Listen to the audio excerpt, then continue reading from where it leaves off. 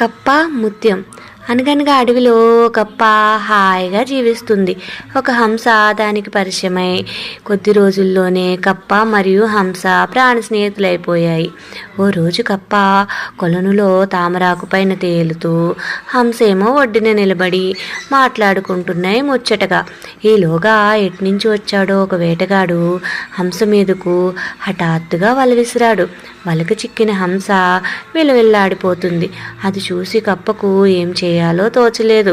వేటగాడా వేటగాడా, దయచేసి తనను విడిచిపెట్టవా అని చాలాసేపు ప్రాధేయపడింది కప్ప. దీన్ని అమ్మితే నాకు బోలెడంత డబ్బు వస్తుంది, విడిచిపెట్టను, వెళ్ళు అన్నాడు వేటగాడు క్రూరంగా. నీకు డబ్బు కావాలి అంతే కదా, ఉండు అని కప్ప వెంటనే నీటిలోకి మునిగి కొంతసేపటికి ముత్యంతో పైకొచ్చింది. ఇదిగో ఈ ముత్యంను తీసుకుని నా స్నేహితురాలిని విడిచిపెట్టు అంది. వేటగాడు ముత్యం తీసుకుని హంసను వదిలిపెట్టాడు. ఇంటికెళ్ళాక అతను చెప్పినదంతా విన్న భార్య, ఆ కప్ప దగ్గర ఇంకొన్ని ముత్యాలు ఉంటాయి, వెళ్ళి అవన్నీ తెచ్చే అని చెప్పింది. దానితో దురాశ కలిగిన వేటగాడు కప్ప దగ్గరికి వెళ్ళి, ఏయ్, మర్యాదగా నీ కొలనులో ఉన్న ముత్యాలన్నీ నాకు ఇచ్చేయి, లేకపోతే హంసను తీసుకుపోతా అని బెదిరించాడు.